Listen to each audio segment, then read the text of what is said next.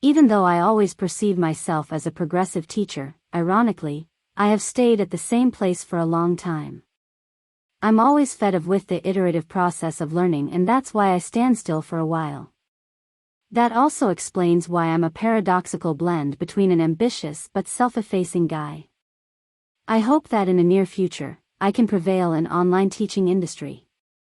Many people may cringe when hearing this dream, so I would rather keep it for myself and just throttle up. The impeded progress had drained a lot of energy from me, so I decided to make a strenuous effort to get out of this vicious circle. After all, I'm an intrinsically motivated learner, so never was there any obstacle that I couldn't overcome when I focused. I don't look forward to an expedient method, as I'm well prepared to pour my sweat into this arduous and daunting task. I guess fighting for a world-level skill is a dead-on decision. There is an important corollary of this choice, which is the possibility of losing friends. However, I want to put my life under a good personal stewardship because I believe that a better attuned individual is a better choice for the market. It may sound, but it will finally increase the likelihood of success, as you always have an auspicious start. During this time, I want anything but to be conspicuous for any reason to avert any unwanted outcome. This statement may sound a bit paradoxical, but only through solely focusing on what I'm doing can I overcome current adversity. I hope to make a consummate case to prove that the diligent effort can beat up people who are genetically encoded for greatness.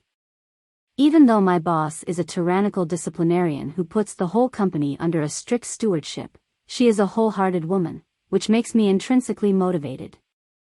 For a long period, I used to dream of reverting to my previous occupation, which is a real estate seller. That's why there were some days I just ran rampant and throttle up to do two things at a time. I must confess that I was in turmoil at that time. Now, the case became better thanks to the invocation of my mother.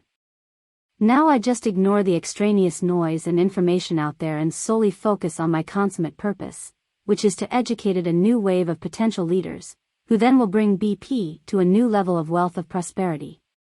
After struggling, I can see no net advantage when trying to accomplish several goals simultaneously. That's the biggest rationale to justify why I will shun opportunities which fall out of my three circles. I don't want to put my future in a speculative game in which I have no control. The technology-induced change is just a short-term goal, and the person who aims to master the technology is playing a speculative game because technology-driven changes, ironically, are quite prevalent. That's why it should be considered as an accelerator of momentum, rather than a creator. Business owners should maintain a remarkable degree of equanimity about it. In essence, any incident happen to a company is because of the intrinsic factor rather than earth-breaking advances. Reading this book is really entertaining and illuminating by virtue of its latest insights of the psyche of great entrepreneurs. I lost many chances to become the greatest because of being a laggard, a reactionary due to the self-claimed invulnerability my parents provided for me. I have been living with the perpetual mediocrity in obscurity for 20 years. Just 1 year ago, it dawned on me that some people are genetically encoded for certain fields, and if they refuse the call, they have to live in a perpetual mediocrity. If you make a prevalent choice, you live an ordinary life. It is not until you decide to divest short-term satisfaction that you will have sufficient resource to invest in long-term one. At the moment, I had virtually no presence in the IELTS industry, but one day, I and my students will be there.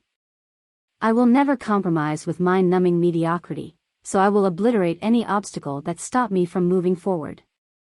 Being a teacher, you have to be ready to receive unprompted admonishment, and that is where good and great teachers diverge. Teachers are subjected to confront many unexpected cases and tons of dilemma. Sometimes, I wonder whether the proceeds of being a teacher is sufficient to keep me motivated to become a prominent figure in this industry. Despite the technologically inferior force, Vietnamese guerrilla war of attrition proved prescient. At first, the world had felt cynicism about the promise of Uncle Ho, but then they were infused with enthusiasm and optimism after the victory of Vietnam over American military. During his tenure, Uncle Ho was famous for consummate strategy to work with his tenured underlings. That's why many people thought it was an overnight victory, but indeed, it had been incubating for several years by virtue of the patriotism of fanatical and audacious warriors. After this earth-breaking achievement, many troops in this region were galvanized to fight against and regain their independence. This is such a superb example in the wartime.